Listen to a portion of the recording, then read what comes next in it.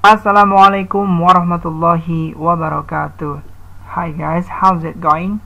I hope you all was fine in your all activity. And welcome back again to my class. Today, hari ini kita akan membahas satu ulangan dengan tema yaitu cause and effect dan juga conditional sentence. Namun ulangan kali ini lebih condong ke pembahasan atau trik cara mudah dalam mengerjakan soal dengan materi cause and effect dan juga conditional sentence. Oke, di ulangan ini ada 10 soal di mana 5 soal berjenis cause and effect dan 5 soal berjenis conditional sentence. Jadikan soal-soal ini sebagai patokan. Nah, sebelum kita mengerjakan atau mengetahui seperti apa sih trik cara pengerjaannya, yuk kita mengingat kembali seperti apa pola atau materi tentang cause and effect terlebih dahulu. Ya, di sini bisa kita lihat ini adalah 3 jenis pola yang ada di materi cause and effect. Kita ilustrasikan dengan 3 kotak A, B, dan juga C. Untuk A, anggotanya itu ada consequently dengan arti karena itu, finally dengan arti akhirnya, hence dengan arti oleh karena itu, so jadi, and therefore oleh karena itu. Kita singkat menjadi CFHST. Intinya adalah untuk di kotak A, ketika ada anggota CFHST, maka kalimat setelahnya itu harus berupa subjek dan predikat. Nah, subjek dan predikat inilah bisa kita jadikan patokan atau kunci untuk mengerjakan soal. Untuk kotak yang kedua, yaitu kotak B, ada because, as, for, as, result of, and since. Dan juga artinya bisa kita lihat, kita singkat menjadi BAFAS. Nah, intinya untuk kotak yang kedua ini, setelah anggota dari BAFAS, maka setelahnya itu harus berupa subjek dan juga predikat. Jadi, intinya untuk kotak A dan kotak B itu sama. Kata setelahnya itu harus berupa subjek dan juga predikat.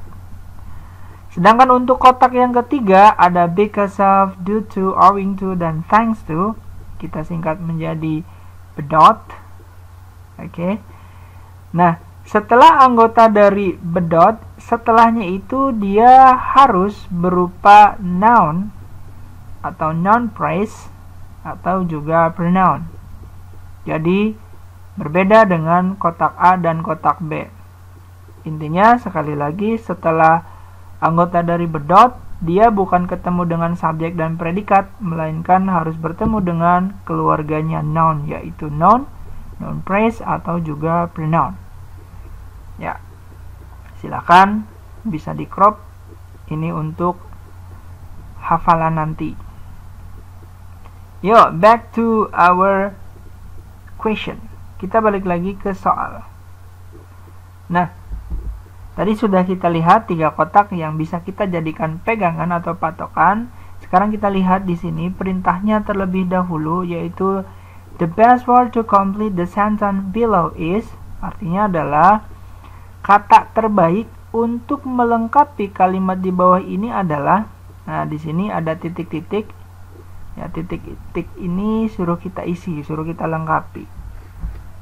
Dan kita lihat di A, B, C, D, dan E di sini ini merupakan salah satu anggota dari cause dan effect ini. Ya, tinggal dihafalkan saja dulu agar lebih mantap lagi dalam memilih jawabannya nanti. Yuk, setelah itu kita pahami dulu arti dari soalnya itu seperti apa. Ada Kim dan Mr. Bunny. Sir, why do you run yesterday? Kalau diartikan, Pak, kenapa sih kamu lari kemarin? Ya, easy, sangat gampang ya. Kemudian Mr. Bunny-nya bilang, I run, I'm afraid of dog. It tried to beat me. Oke. Artinya adalah saya lari, titik titik titik, saya takut kepada anjing. Dia, itnya itu artinya adalah dia mencoba untuk menggigit saya. Really? Sungguh? Wah, it was so dangerous. Itu sungguh sangat berbahaya. Nah, di sini bisa kita lihat sudah kita tandai dengan warna kuning. Ada kata I'm afraid of. Ya, di sini intinya kira-kira bisa kita lihat ini subjek plus predikat atau keluarganya noun. Oke, jelas ini adalah sebuah subjek dan predikat karena di sini ada kata I itu merupakan subjek. Berarti intinya adalah, kita cek lagi. Berarti jawabannya untuk soal nomor 1 ini antara anggota dari kotak A atau dari kotak B. Karena yang bisa ketemu dengan subjek dan predikat itu dari kotak A dan kotak B. Nah, berarti otomatis ini salah. Kemudian ini juga salah. Ini juga salah. Dan ini juga salah. Oke. Ya, kurang lebih cara pengerjaannya seperti ini. Anggap saja nomor 1 bonus. Ya. Balik lagi kita lihat, pastikan ada of-nya, ada to-nya. Kemudian ada to-nya juga. Maka kita lihat di sini semuanya masuk ke kotak C, di mana ketika ada anggota dari bedot dia harus ketemu noun, noun phrase atau pronoun. Sedangkan ini adalah subjek dan predikat. Nah, seperti itu cara atau trik pengerjaannya. Oke, kita lihat nomor 2. The best word to complete the sentence below is, masih dengan instruksi yang sama, kita suruh melengkapi titik-titik yang ada di sini.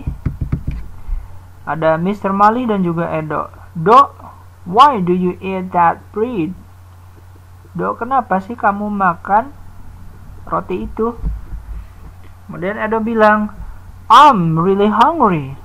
Saya sungguh lapar atau saya lapar. Titik-titik, I ate this bread. Saya makan roti ini. But that's my bread. Tapi itu roti saya. Oh ya, I'm sorry, maaf. I will change tomorrow. Saya akan ganti besok. Kita lihat lagi patokan setelah titik-titik. Oh, kembali lagi di sini ada I. Berarti ini merupakan subjek dan predikat. Oke, tinggal lihat. Berarti dia masuk ke kotak A atau B. Jadi silakan apakah A, B, C, D, dan E caranya seperti tadi di nomor 1 yang sudah saya jelaskan. Ya.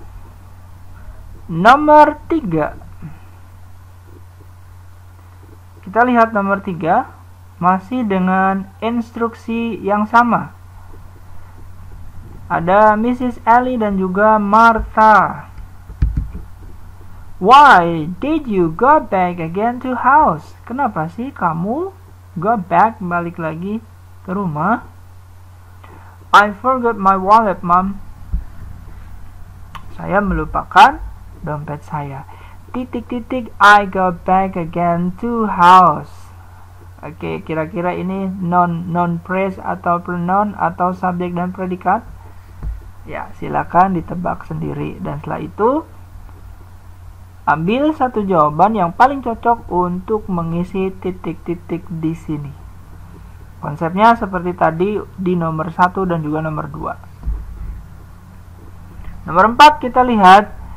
The best word to complete the sentence is, ya, masih sama ya. Ada Mr. Hasan atau Hasan dan juga Ratna. Nah, why does Susie look so sad? Nah, kenapa sih itu si Susie kelihatannya kok sedih? Kemudian Ratna bilang, last night his boyfriend cut her.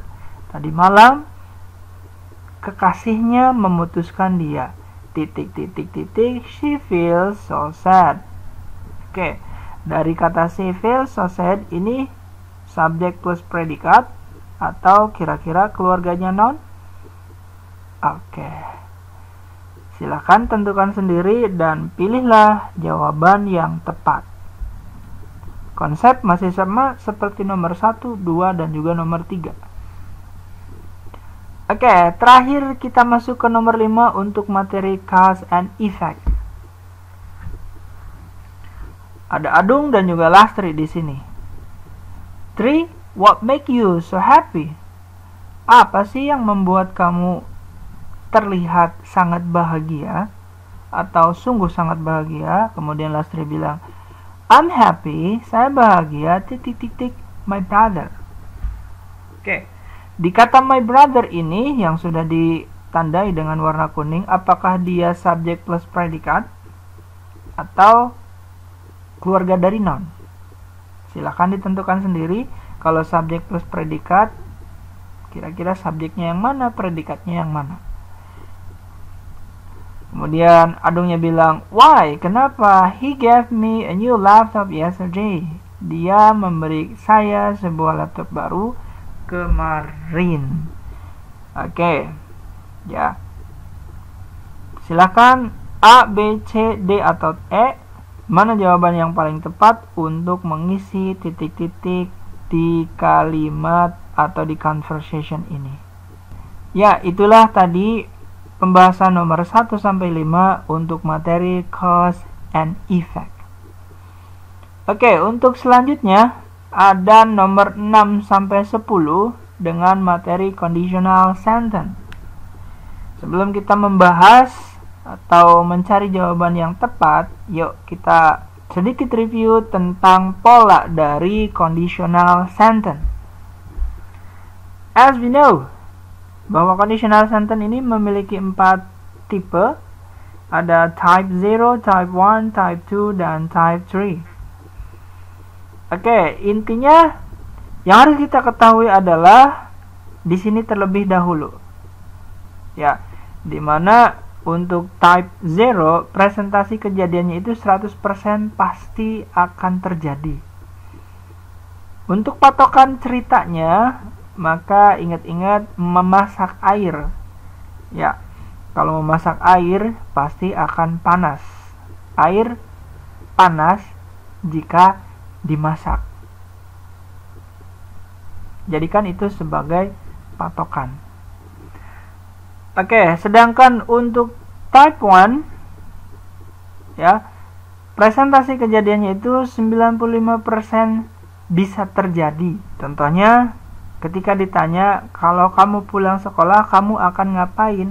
Kalau saya pulang sekolah, saya akan tidur. Maka peluang terjadinya tidur itu 95% akan terjadi. Mungkin dia tidak akan tidur jika ada masalah kecil yang menghalanginya. Ya, tapi peluang terjadinya ini hampir 95%. Sedangkan untuk tipe 3 dan juga tipe 4, dia 0% terjadi. Atau pengandaiannya itu hampir mustahil bisa terjadi. Ingat-ingatnya adalah Ultraman. Ya, siapapun tidak akan pernah bisa menjadi Ultraman. Diingat baik-baik. Itu hanya imajinasi kita saja. Pada faktanya, pada kehidupan nyata, siapapun tidak ada yang bisa menjadi Ultraman, tidak ada yang bisa menjadi seperti Naruto, dan lain sebagainya. Sedangkan untuk tipe 3, ini 0% terjadi juga, karena ini lebih condong ke sebuah penyesalan. Ya, ini secara presentasi kejadiannya.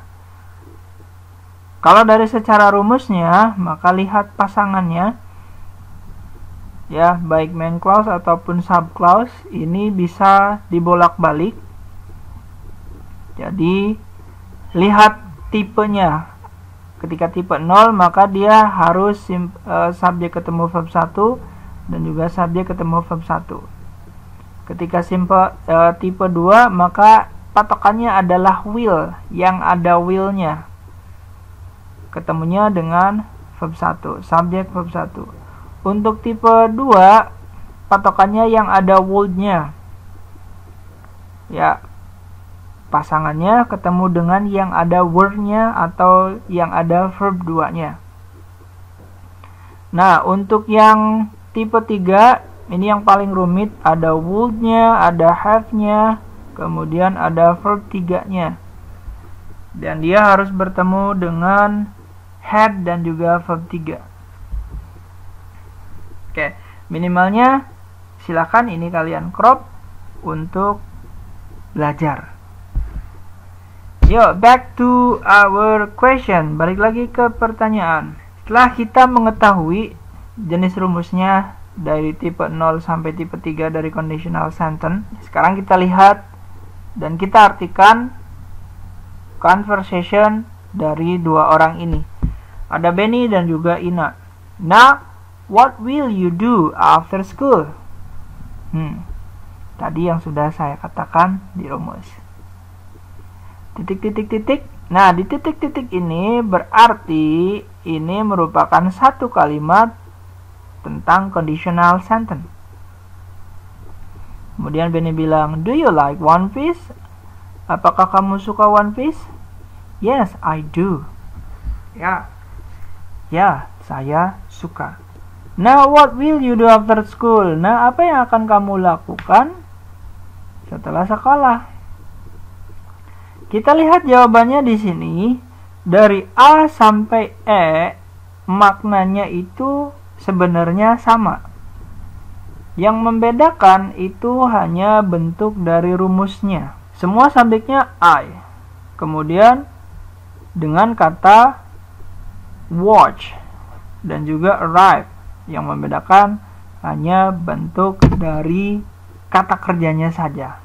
I will watch new movie of One Piece if I arrive in my home.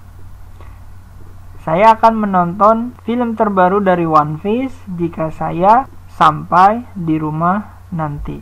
Kalau kita lihat, mungkin kita akan sedikit mengalami kesulitan dalam menjawabnya. Tapi sebenarnya ada patokan yang bisa kita ambil dan ini sangat mudah sekali. Yaitu kita lihat di sini dari bentuk pertanyaannya, di mana pertanyaannya menggunakan will. Sebenarnya will inilah yang bisa kita jadikan patokan untuk menjawab soal. Di mana intinya kalau misalkan pertanyaannya menggunakan will, otomatis jawabannya pun harus dengan will lagi. Wah, ini trik yang sangat mudah untuk bisa menjawab soal nomor 6. Karena kalau diartikan satu persatu dari jawaban A sampai E mungkin agak berat. Tapi hanya dengan melihat satu kata will saja, dan tadi sudah saya katakan ketika pertanyaannya will, maka harus dijawab dengan will. Dan kita lihat dari A, B, C, D, dan E hanya ada satu jawaban yang menggunakan will, yaitu jawaban yang A.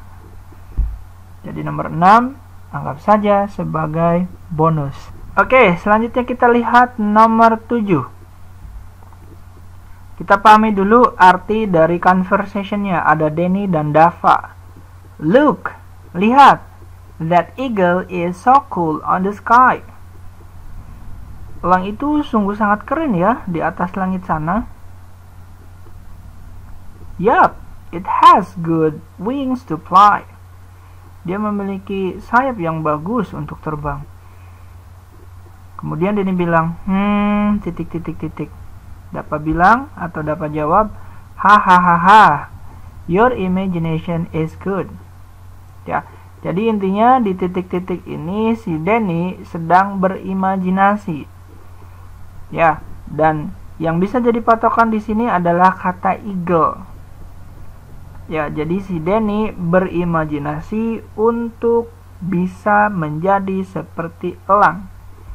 Kira-kira dari A, B, C, D, dan E ini mana conditional sentence tipe berapa yang pas atau yang cocok untuk menjawab soal ini? Kalau misalkan kita balik lagi ke gambar, ya, Apakah masak air, apakah pulang sekolah tidur, ataukah Ultraman, atau penyesalan? Kira-kira tipe berapa yang cocok untuk soal yang berimajinasikan menjadi elang? Ya, tinggal dipilih saja kira-kira yang mana. Terus kemudian lihat polanya. Ya, apakah patokannya yang pakai will, ataukah yang pakai would, ataukah yang pakai would have? Ya. Dan di sini juga di jawabannya sudah saya kasih warna kuning agar kalian bisa lebih fokus dalam memilih jawaban. Karena sekali lagi kalau harus diartikan satu persatu semuanya, ini akan lumayan berat. Jadi salah satu triknya adalah kalian hanya cukup melihat apakah dia pakai was were ataukah pakai would will. Itu akan menjadi jalan termudah dalam menjawab soal. Oke, nomor 8.